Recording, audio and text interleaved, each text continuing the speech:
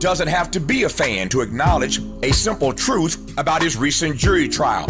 I think the primary reason he was acquitted of those sex trafficking and RICO charges is because he was overcharged in the first place. Mine is not to opine on his guilt or innocence on any of the charges the feds brought against him. But I predicted months ago that he would beat the most serious charges because, as usual, prosecutors have a really bad habit of overcharging black men. Dave Chappelle said it best, Puffy is in a RICO case all by himself, man. Hilarious and arresting at the same time.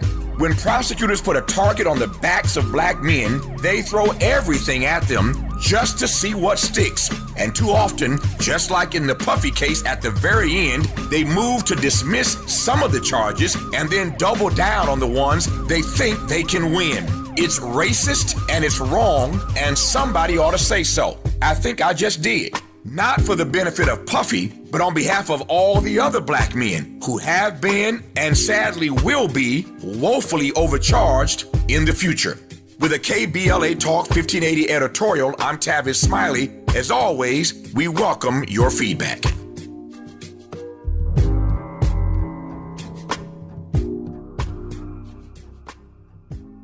You are listening to and streaming A More Perfect Union on KBLA Talk 1580. I'm Dr. Nii-Quartelai Quartey. Happy July 4th Eve. Happy July 3rd. You're listening to A More Perfect Union on KBLA Talk 1580. I'm Dr. Nii-Quartelai Quartey, your host and White House correspondent. I'm in touch, and so you be in touch. Follow me on all the social media platforms at Dr. Nii-Quartelai.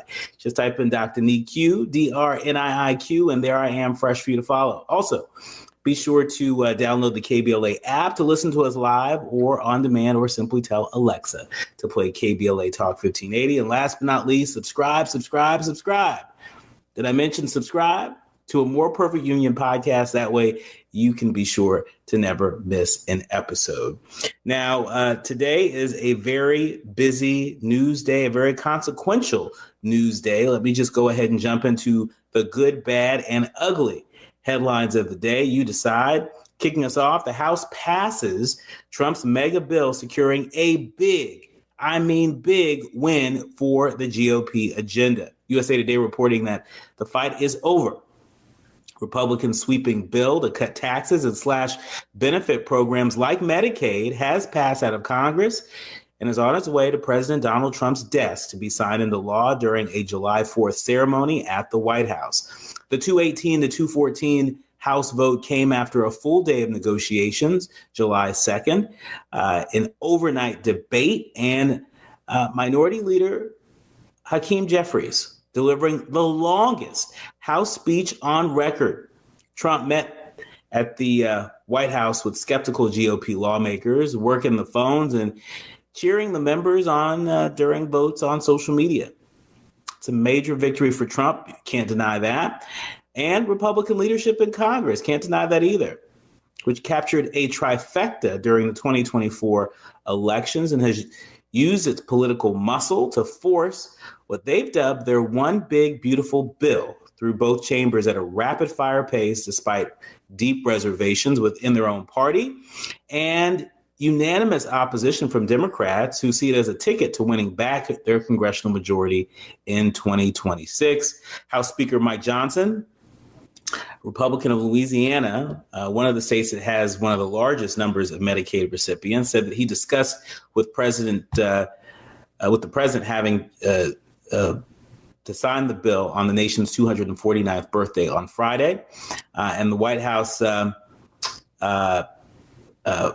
is all on board for a plan to do that. The bill that Trump has touted as a centerpiece of his second-term agenda will touch on nearly every aspect of the American economy, from social safety net and income taxes to business and clean energy incentives. No doubt we will be unpacking this bill for many weeks and months to come. But I want to also just sort of take a minute to recognize Hakeem Jeffries, who uses Magic Minute as a part of his resistance plan against Trump's tax bill on the eve of America's 250th birthday. House Minority Leader Hakeem Jeffries, he did all he could to delay what looked to be the inevitable passage of President Trump's sweeping tax and domestic policy bill.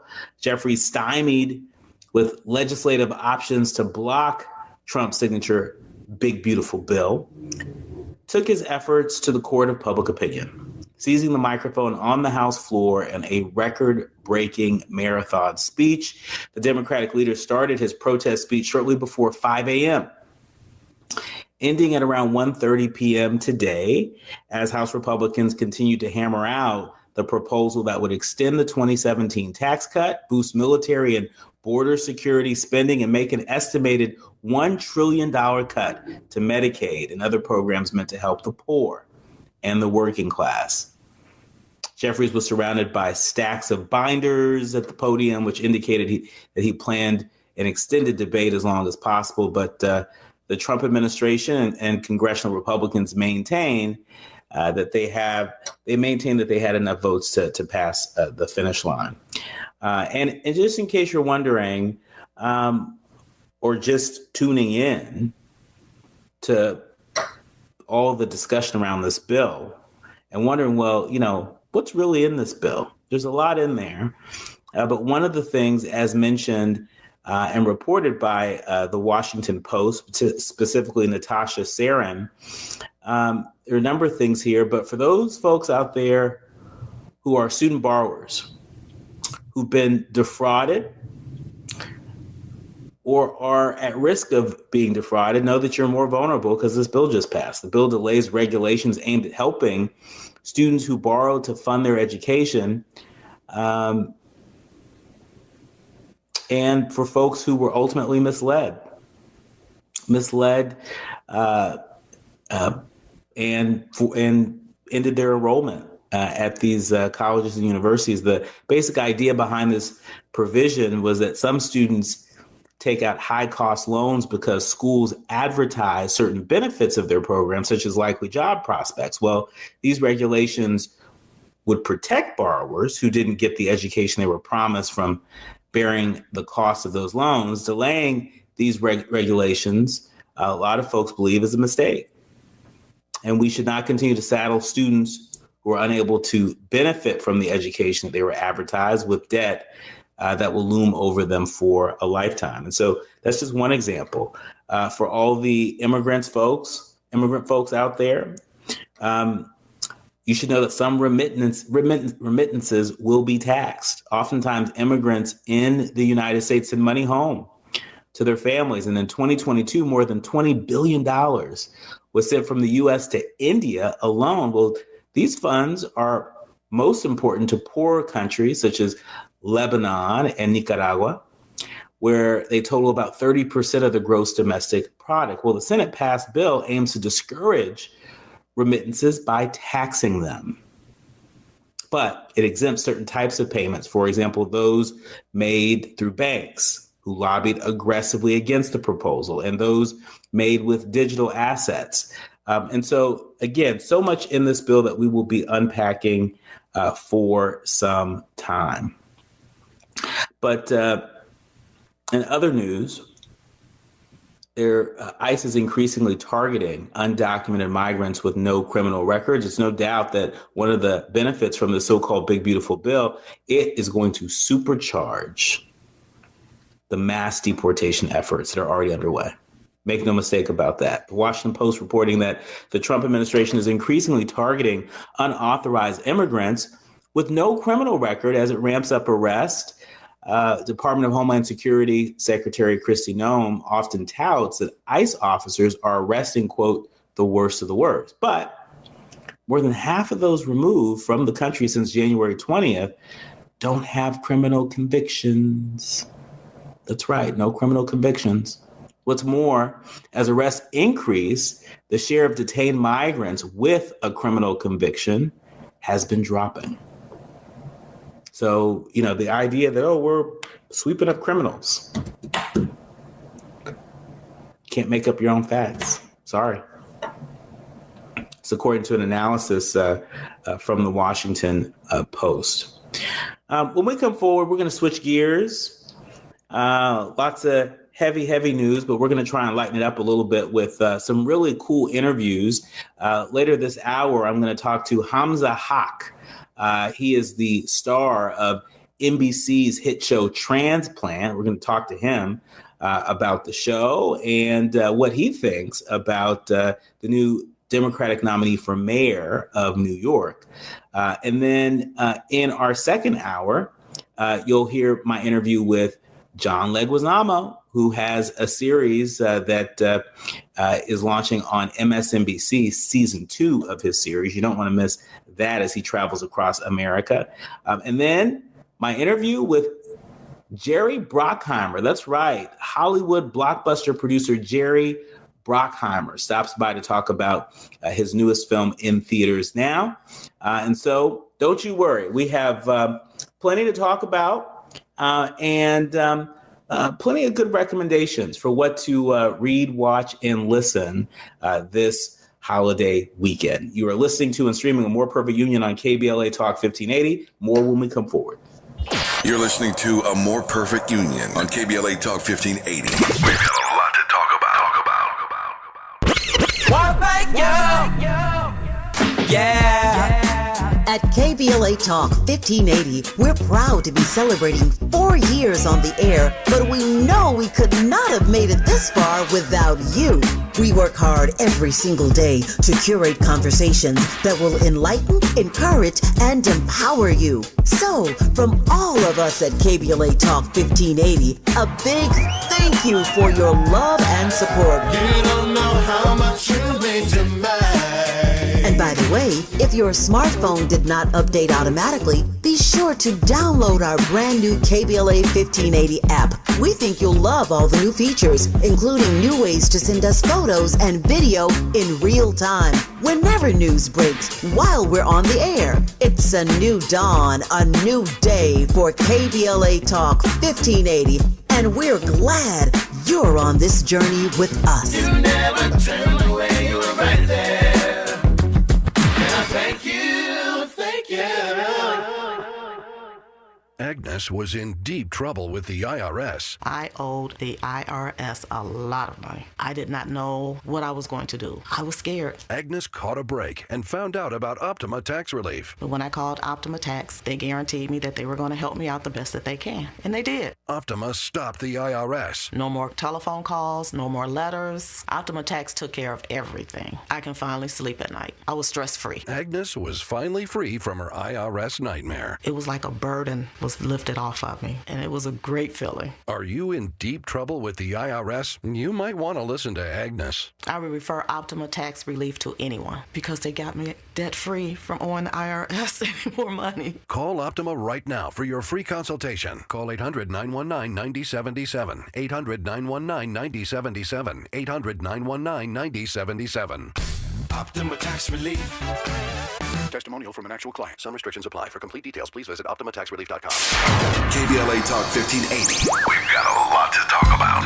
KBLA Talk 1580 reminds you that we keep us safe. Every girl deserves a chance to shine. That's the belief behind Forgiving for Living, Inc. Since 1999, this organization has been empowering at-risk girls ages 13 to 18, helping them overcome behavioral and mental health challenges. Founder Wendy Gladney's personal journey inspired the mission to give girls hope and purpose through the power of forgiveness. Through their ambassador program, workshops, and annual conference, Forgiving for Living has touched over 3,000 young lives, providing mentoring, life skills, training, and tools for building self-esteem and confidence. You can make a difference. Visit forgivingforliving.org to donate, volunteer, become a mentor, or find help for a young girl in need. Forgiving for Living, Inc., building brighter futures for young girls. Visit forgivingforliving.org today. This is a community call to action from KBLA Talk 1580.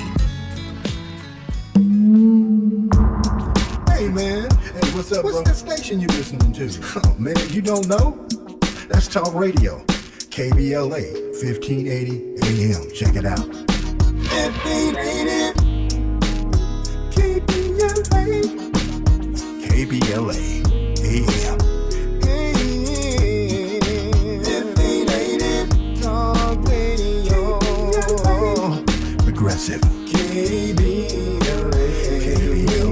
At KBLA Talk 1580, we're celebrating our 4th anniversary, and this track right here is the gift one of our devoted listeners presented to us. Where you get some information, get a true education. Just to know, ooh, yeah, 1580. How cool is that? Having a member of our KBLA delegation write us a song. Stop it! Our listeners love us and there ain't nothing we can do about it. Wouldn't want to.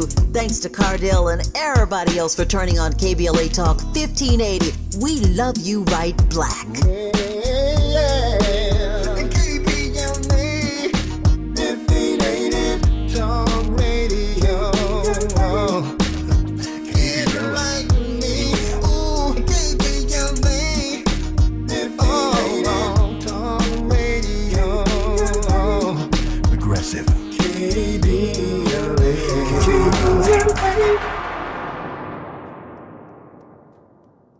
Hit me! National news, the consequence, informed opinion, and analysis beyond the headlines. You're listening to A More Perfect Union on KBLA Talk 1580. You are listening to and streaming A More Perfect Union on KBLA Talk 1580. I'm Dr. Nii-Quartelai Quartey, and really delighted to be in conversation with Hamza Huck. If you don't know, by the end of this interview, you will know a whole lot about the NBC series Transplant, which is back for season 4 at 8 p.m. Eastern and Pacific. That's on Thursdays. Welcome to the show, Hamza. Thank you so much for having me, Doctor. Well, thank you so much for being here. Tell us, what can we expect in season 4 of the show? It's a very popular show. The fact that in this environment, y'all even have a season 4 I know, right? Means that you are punching above your weight class. Talk to us about what we can expect this season. This over the last 4 years, for new viewers, Transplant is a show about a trauma surgeon who is also a Syrian refugee. He had to, upon arriving in Canada, he had to do his residency again to redo his certification. So it's just that entire journey. And now we're in the 4th year of his residency. There is one job available at the end of the year at our fictional York Memorial Hospital in Toronto.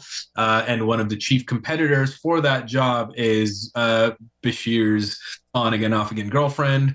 And it's everything is coming to a head. A lot of insecurities, a lot of time spent in the OR, a lot of love, a lot of drama, a lot of intrigue. So we finally find out how it's all going to go down.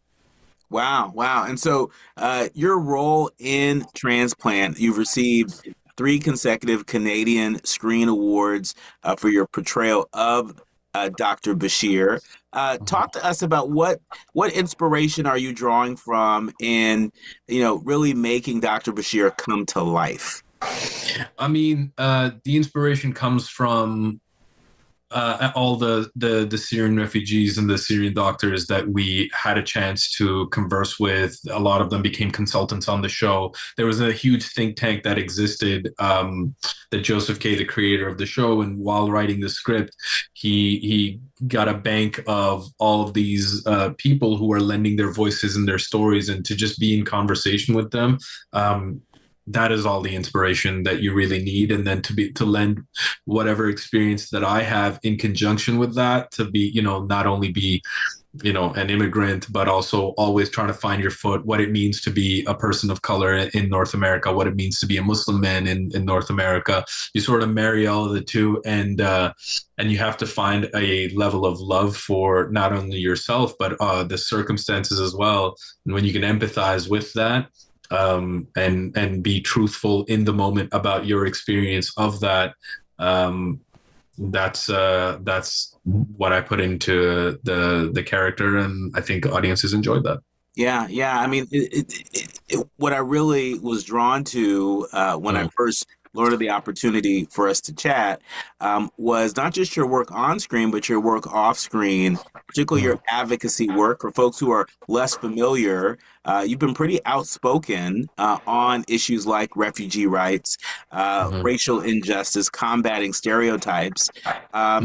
These are uneasy times in North America. These are uneasy times around the world. Do you feel the weight of that when you go on set and channel Dr. Bashir? I think it for Bashir, not so much. I mean, we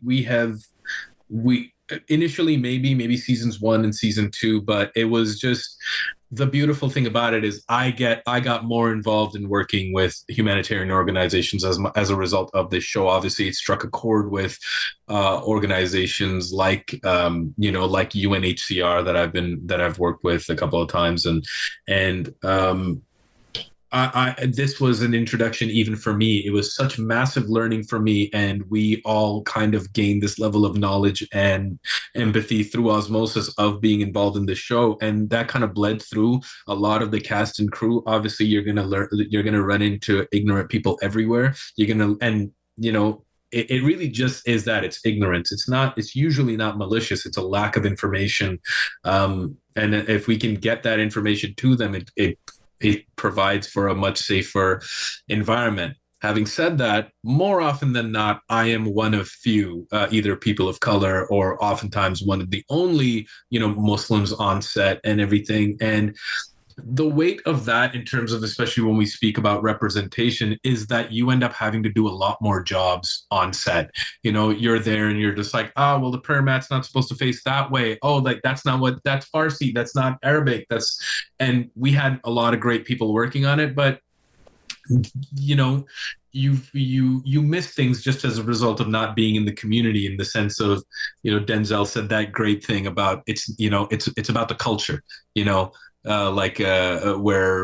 you can, what a hot comb smells like, therefore you can make it better. That amazing thing about why it's important for certain filmmakers to make certain things. Now, oftentimes we don't have that luxury. So what you find is the actor comes in, and if they're in tune with it enough, they end up having to do a lot more jobs, and that comes at the cost of being able to focus just on the acting. Now, sometimes it makes it better and makes you more in touch with it and makes you more in line with it, and that's the job. If you're a person of color and you usually don't get those opportunities, you will be put in positions where you are one of few, and therefore that's the weight. You have to do more work because there's a lot of people around you who are in charge of a lot of this environment who don't know what it's like. So you have to educate them, and you have to do it in real time. And as you're doing that, you kind of have to detract focus from the job, but it kind of is the job. So if you can stay in there and just be like, well, my character wouldn't do that,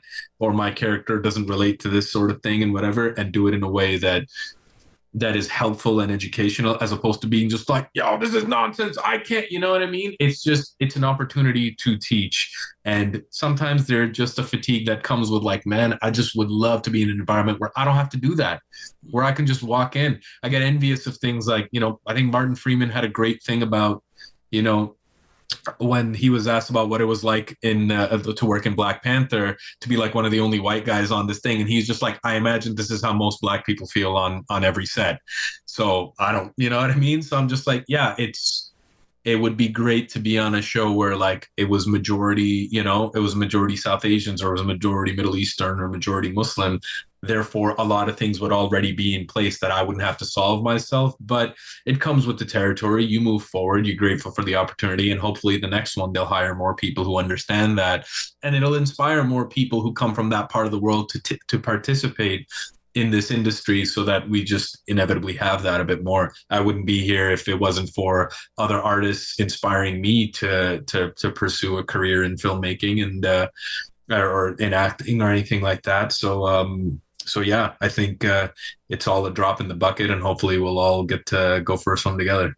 I really appreciate you sharing that perspective, and a very sobering perspective, I think.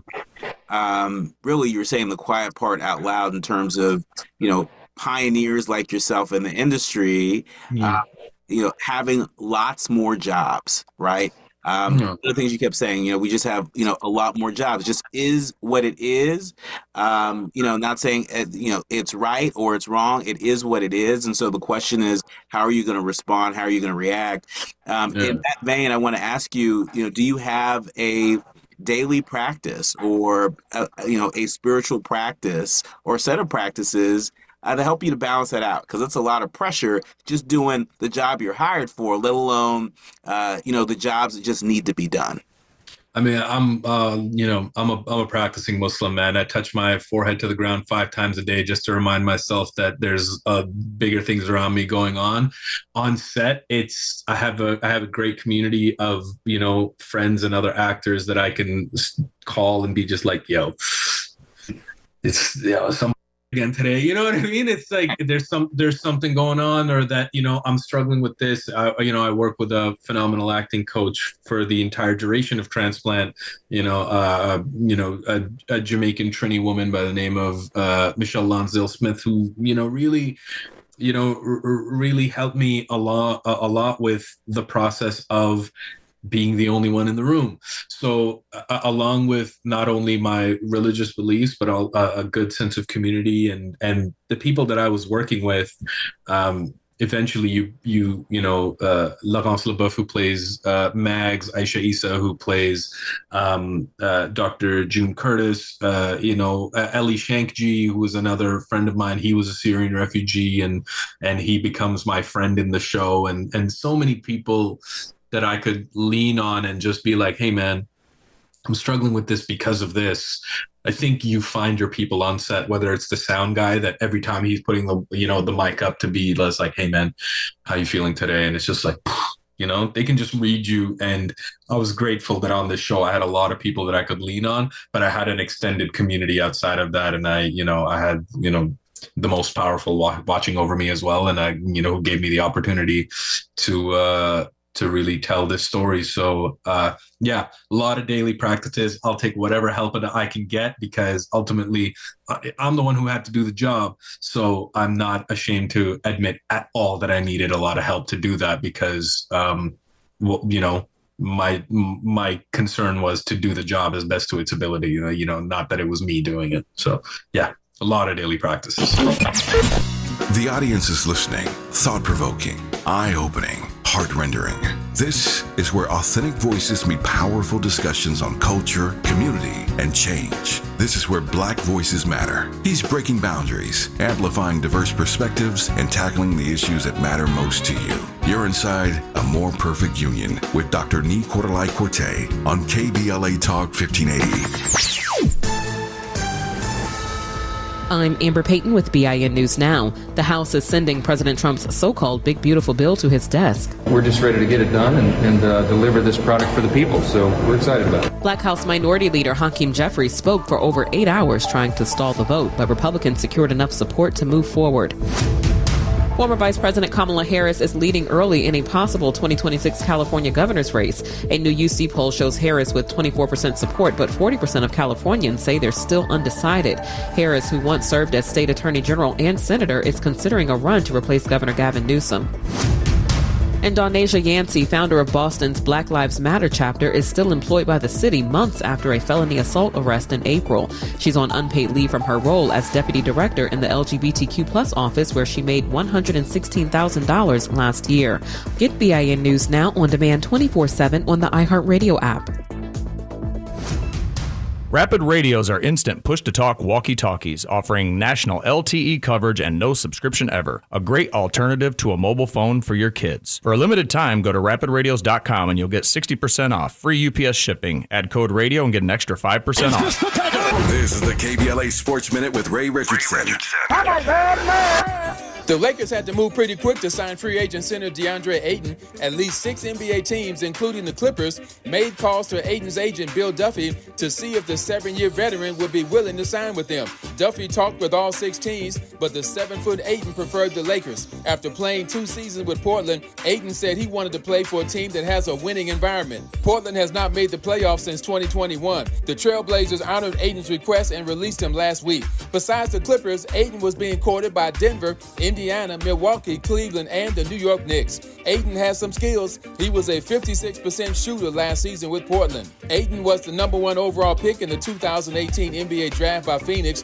The Suns made the playoffs with Ayton in all 5 seasons he was there. They traded Ayton to Portland in 2023 after a contract dispute. No debates, no speculation, just the info you need. That's your KBLA Sports Minute. I'm Ray Richardson. More news, opinions, and conversation when we come forward on KBLA Talk 1580.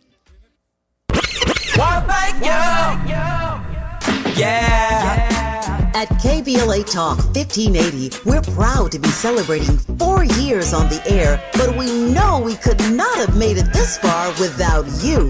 We work hard every single day to curate conversations that will enlighten, encourage, and empower you. So, from all of us at KBLA Talk 1580, a big thank you for your love and support. You don't know how much you mean to me.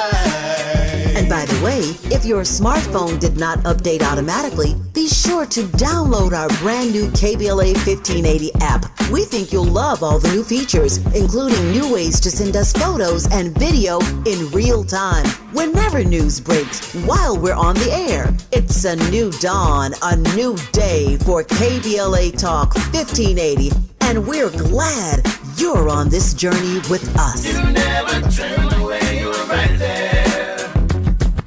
Thank you, thank you. Let K. Michelle's Kitchen Catering bring your world of flavors to your next event. For all occasions, from casual brunches to office lunches, weddings, and glamour affairs, call us today at 310-819-6213 or go to kmichellekitchencatering.com or on Instagram at kmichelles_kitchen catering or Facebook at K. Michelle's Kitchen Catering. We look forward to cooking for you soon. Call 310-819-6213. 310-819-6213. KBLA Talk 1580. We've got a lot to talk about. KBLA Talk 1580 reminds you, when we fight, we win. The Youth Justice Coalition is challenging America's addiction to incarceration and discrimination. YJC works to dismantle policies leading to mass incarceration, law enforcement violence, and the school-to-prison pipeline. Their approach? Transformative justice, community intervention, free LA high school, legal defense, and system monitoring. YJC promotes safety without relying on prisons. Their goal? Prevent system contact and help people exit the system through direct action, advocacy, and education. Want to get involved or need help? Call 323-235-4243. That's 323-235-4243. Join YJC in creating change. When we fight, we win. KBLA Talk 1580, your voice for justice. This is a community call to action from KBLA Talk 1580. When you're hiring, have you ever felt like you're missing out on meeting truly great candidates for your roles? It seems impossible to find them, but they have to be out there somewhere, right? Well, they're not hard to find when you know where to go, and that place is ZipRecruiter. And right now, you can try ZipRecruiter for free at ZipRecruiter.com/free. ZipRecruiter helps 10 million people with their job search every day. And because these people are actively looking for jobs just like yours, it's easy to find the right person right away.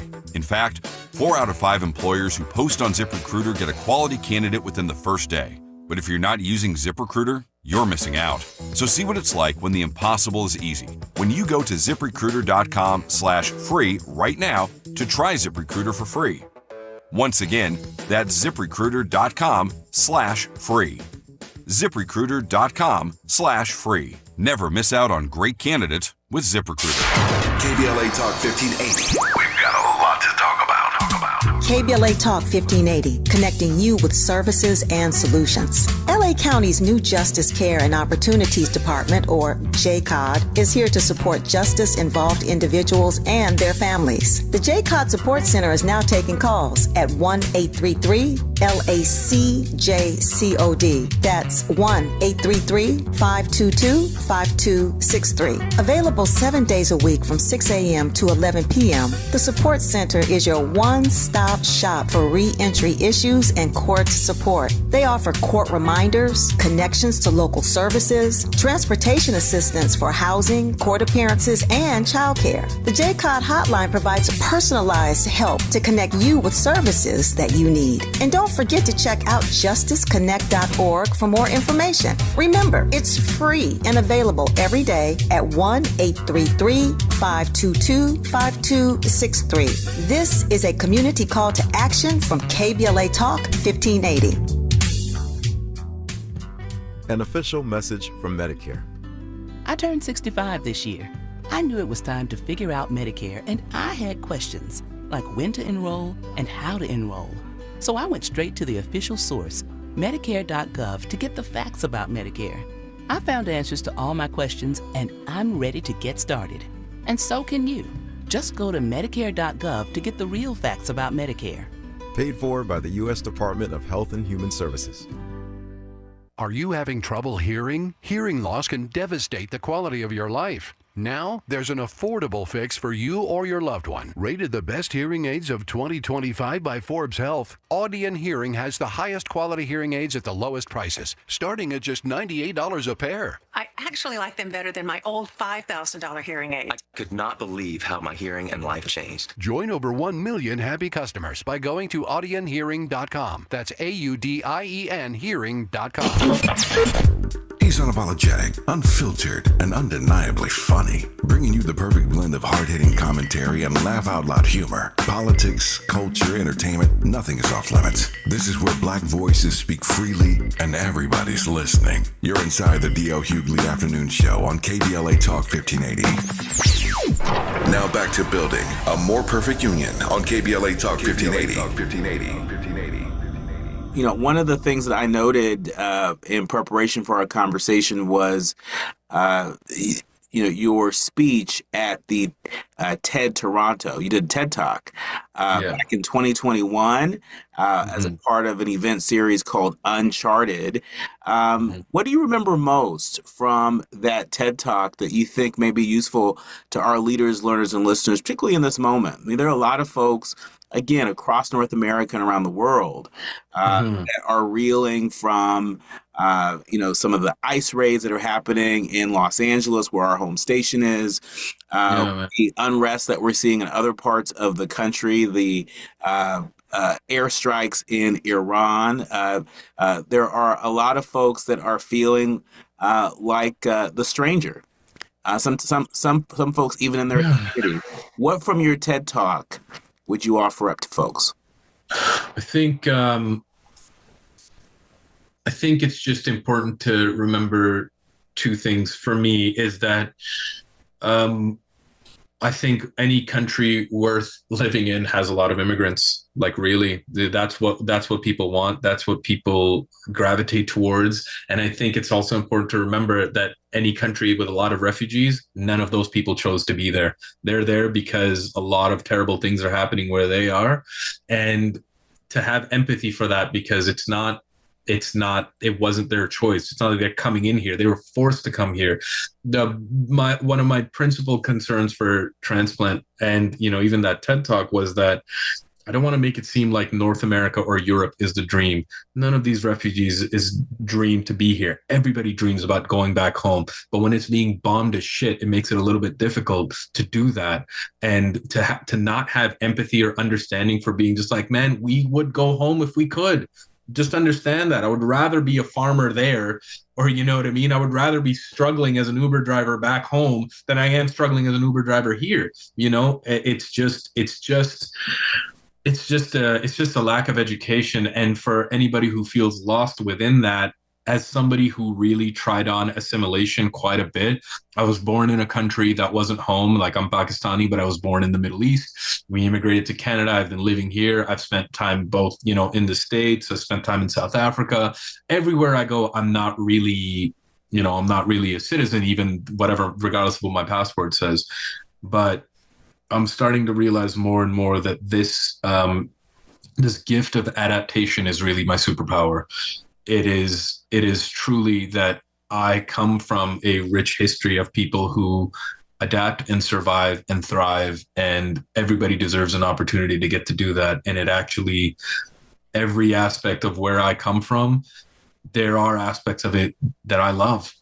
There is so much more that I love about where I come from than I have been taught to hate. And as a result of trying to fit into North American society, being just like, oh, why is my skin dark? Why does why did I get facial hair at 13? You know what I mean? Like, why is my nose shaped? Like, why do I have to go to the mosque and all these people don't? Like, why don't I get to eat pork? Why don't I, get to, like my sisters, in the sense of, there were so many things. There were so many things that they went through being women, in that they're like, oh, like, but we don't get to be like these girls, and I don't get to be like these guys, and I don't get to be, and it's just like, that's just because the environment tells us we're supposed to be in competition with them, as opposed to being like, yo, I love my lane. I really do. And I think my parents, my siblings, my people, we all deserve to thrive in our lanes as well. And now, even from that speech moving forward, thinking about the fact that what I love about where I come from is going to be the key to my success.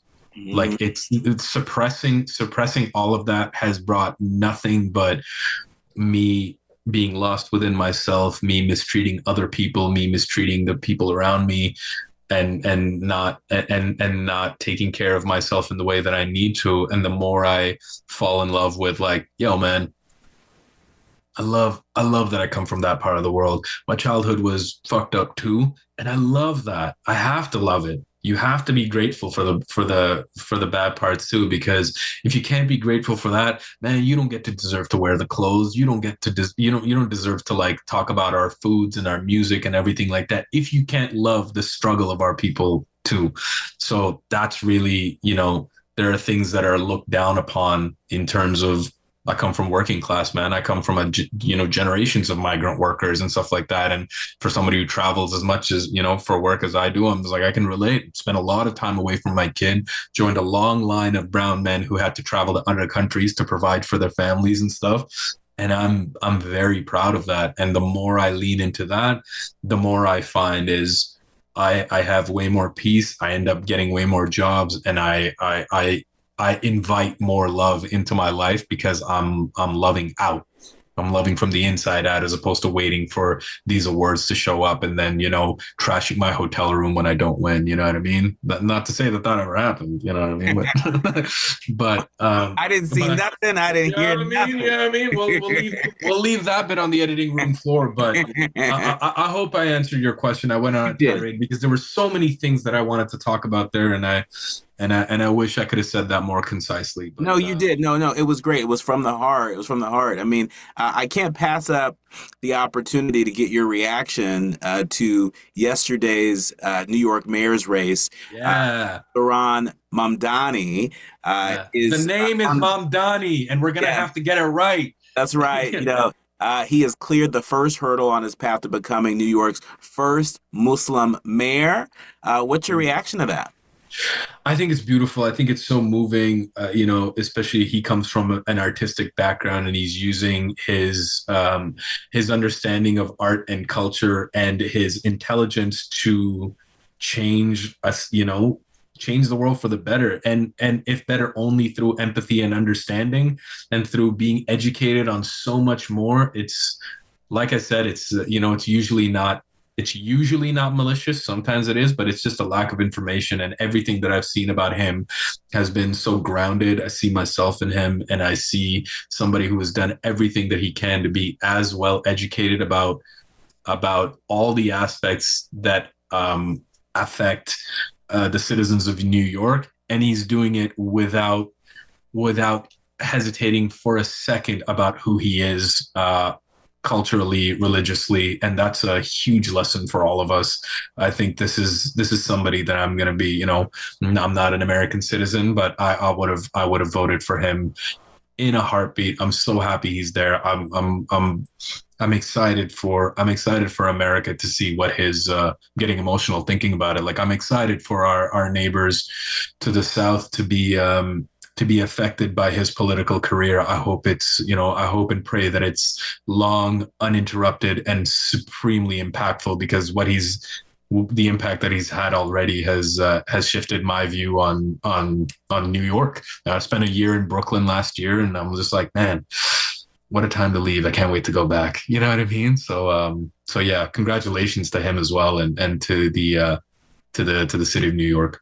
No, I think that's great, and especially given the history that New York has had, just even in our lifetimes. I mean, yeah, man, old enough to remember when 9/11 happened and the fallout after 9/11, and how so many Muslims and Muslim Americans, were the target of hate. And I don't think anybody in the aftermath of 9/11 could ever imagine that the city of New York would, vote for, at least in the primary, to vote for, a Muslim American to potentially become the next mayor. And so, it's another example that anything's possible.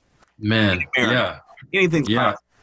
It's beautiful, and that's going to come with its own challenges. But and she's facing a lot of that already. But he's a brilliant, humble, and capable individual that I want the absolute best for. I think it's beautiful to think that, yeah, you're right, man. That was 24 years ago, and it was a time where it seemed impossible for us to get jobs, at large, let alone become the mayor of the city where that happens. So it's kind of it is a beautiful moment in history. It is long way to go, but this means that it's also, we are going in the right direction, especially with, like you said, everything that's happening in Gaza and Iran and Qatar, all these things. It's just like, man, the affect of that thing is so huge that any place where we see healing, any place where we see progress should be celebrated. And a reminder that there's a long way to go, and there's a lot of people who are working together to get there. And we should also celebrate by putting our feet up and watching season 4 of your new show, Transplant, on NBC. Hamza Huck, a Canadian actor known for his leading role as Bashir Ahmed in the medical drama series Transplant. It is a series that a lot of folks are looking forward to seeing, myself included. And so we'll be sure to tune in at 8 p.m. Eastern and Pacific on Thursday on NBC. Our thanks to you, Hamza Huck. The best to you. I really enjoyed this conversation. Yeah, me too, man. Thank you very much. Appreciate you having me. Striving to make America a nation as good as its promise. This is A More Perfect Union on KBLA Talk 1580. We've got a lot to talk about. LA County's Justice Care and Opportunities Department, also known as JCOD, is changing the justice system for Angelenos. If you or someone you love has recently been arrested, come home from jail or prison, or has been justice involved, JCOD can help. We offer access to housing, employment, court reminders, clothing, education, and more. At JCOD, we believe your life should not be defined by your worst moment, and everyone deserves a second chance. JCOD's Justice Connect Support Center is open 7 days a week from 6 a.m. to 11 p.m. Call us at 833-LAC-JCOD. That's 833-522-5263, or visit us at jcod.lacounty.gov. You can also find us on Instagram, Threads, Facebook, and YouTube at LAC JCOD. All services are free and confidential. JCOD serves the justice-impacted population all across LA County. Your future isn't behind you, it's waiting. Reach out by calling 833-LAC-JCOD. That's 833-522-5263, or visit jcod.lacounty.gov. KBLA Talk 1580. We've got a lot to talk about. KBLA Talk 1580, connecting you with services and solutions. The Los Angeles Regional Food Bank is on a mission to fight hunger and provide nutritious food to those in need across our community. They partner with federal, state, and local programs advocating for better policies and funding for critical hunger relief programs like Cal Fresh, the Emergency Food Assistance Program, and the Child and Adult Care Food Program. The food bank works with coalitions and local representatives to make sure hunger is addressed in every district of LA County. They also run nutrition education campaigns, raise hunger awareness, and source nutritious food for distribution, all while supporting regulations that allow food pantries to operate safely. Want to help? Visit lafoodbank.org or call 323-234-3030 to volunteer or find a food bank near you. Together, we can ensure that no one goes hungry in Los Angeles County. This is a community call to action from KBLA Talk 1580. Hey, listen to this. All I needed was a new starter. Got a great deal on eBay. Did it myself. Yeah, that's cool. But how about the soft purr of an upgraded exhaust when it fits just right? For me, it's the little things. Like these new windshield wipers from eBay I installed. From small fixes to big upgrades, eBay has all the parts you need at prices you'll love. Guaranteed to fit every time. eBay. Things people love. Eligible items only. Exclusions apply. Hello, I'm Joe Cordell, founder of Cordell & Cordell. Divorce is complicated, especially when your small business or professional practice is involved. At Cordell & Cordell, we understand that these assets raise unique valuation and allocation issues. For 35 years, we've helped doctors, lawyers, and small business owners navigate divorce with confidence. Call us at Cordell & Cordell. Let me tell you, I understand on a personal level, your business is much more than a job. It's your legacy. 1455 Frazee, San Diego. CordellCordell.com. KBLA Talk 1580. We've got a lot to talk about. KBLA Talk 1580, connecting you with services and solutions. If you need help getting your resume in order, finding job training, or landing a job, we've got 3 great options for you. First, the City of Los Angeles has WorkSource centers across the area offering free job support. The California Workforce Development Board can help you with everything from GED prep to vocational training at no cost to you. On the federal level, the Department of Labor's American Job Centers offer a full range of services for job seekers and businesses alike. Visit careeronestop.org or for more info, just call California's Help Center or visit cwdb.ca.gov or call 916-657-1440. For the City of Los Angeles programs, go to ewdd.lacity.gov or call 213-744-7300. All these services are free to help you get your next job. This is a community call to action from KBLA Talk 1580. No one wants to leave behind stress for their family. That's why a trust or a will is so important. Without one, your assets might go to the wrong people or leave out loved ones. Also, probate is long, expensive, and often avoidable with a revocable trust. Trustandwill.com makes it simple to create a personalized estate plan. A trust or will provides clarity and peace of mind. Get 20% off on your estate plan documents by visiting trustandwill.com/radio.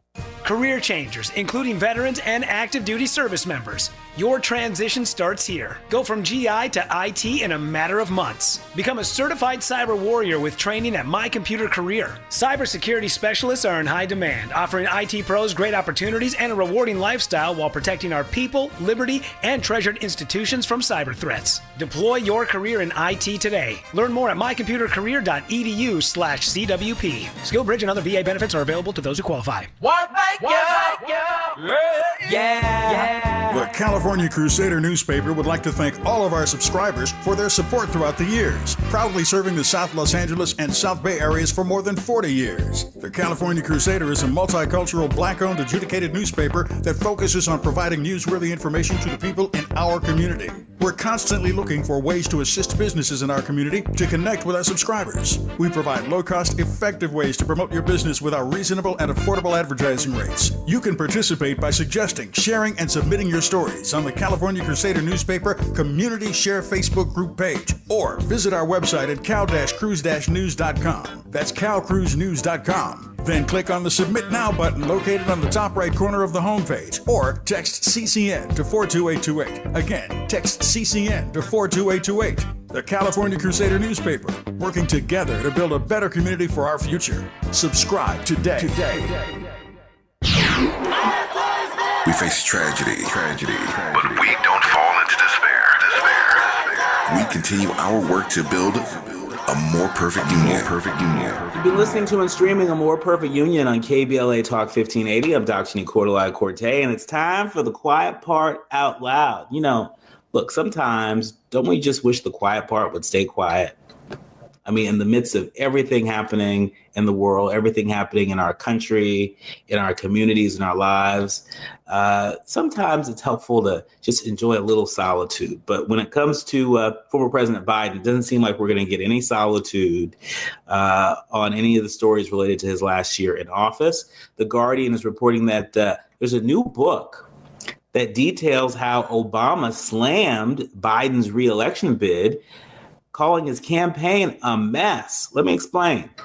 Barack Obama, the former U.S. president, he sounded the alarm about Joe Biden's ailing re-election bid almost a year before polling day, warning that his former vice president's staff that your campaign is a mess. That's what this new book reveals. The intervention came amid tensions between the Obama and Biden camps as they braced for a tough fight against Donald Trump. And in the end, aging Biden withdrew from the race in favor of Vice President Kamala Harris, who was defeated by Trump. Now, Obama's anxiety is captured in the upcoming book 2024, How Trump Retook the White House and Democrats Lost America, by journalists Josh Dowsey, Tyler Pager, and Isaac Arnsdorf, a copy of which the folks at The Guardian have. I haven't received an advance copy of this book, but the authors describe how Biden, trailing in opinion polls, kept hearing complaints from congressional Democrats that his campaign lacked the presence in their district. His staff in Wilmington, Delaware were despondent, and the president confided in one aide saying, quotes, "I have a leadership problem on the campaign." On November 20th, 2023, Biden received a call from Obama wishing him a happy 81st birthday and invited his former boss to the White House for lunch. Obama remained slightly incredulous that Biden was running for a second term. That's according to the book. But while the pair met for lunch in December, Obama argued that dividing the campaign leadership between Wilmington and Washington was not suitable for the fast decision-making required by the modern presidential election. After lunch, the authors write, Obama did not leave the White House right away. He stopped to visit Biden's senior staff, many of whom used to work for him, and shared his account of what he and Biden had discussed. Obama was more blunt with the staff, saying, "Your campaign is a mess." Biden took heed of the warning and in January ordered White House Deputy Chief of Staff Jen O'Malley Dillon to fix his campaign. Soon after, Biden announced that O'Malley would move to Wilmington to become the campaign chair, with longtime advisor Mike Donilon remaining in Washington as chief strategist. That's just the tip of the iceberg. I'm sure there's so much more in this book, but you want to put something on your read list, you might want to add this to the list. When we come forward in our second hour, I'm looking forward to sharing my conversation with John Leguizamo, hello, and with Jerry Brockheimer. You're listening to and streaming A More Perfect Union on KBLA Talk 1580. More when we come forward. KBLA 1580 Santa Monica. I'm Amber Payton with BIN News Now. The House is sending President Trump's so-called Big Beautiful Bill to his desk. We're just ready to get it done and deliver this product for the people, so we're excited about it. Black House Minority Leader Hakeem Jeffries spoke for over 8 hours trying to stall the vote, but Republicans secured enough support to move forward. Former Vice President Kamala Harris is leading early in a possible 2026 California governor's race. A new UC poll shows Harris with 24% support, but 40% of Californians say they're still undecided. Harris, who once served as state attorney general and senator, is considering a run to replace Governor Gavin Newsom. And Donasia Yancey, founder of Boston's Black Lives Matter chapter, is still employed by the city months after a felony assault arrest in April. She's on unpaid leave from her role as deputy director in the LGBTQ+ office, where she made $116,000 last year.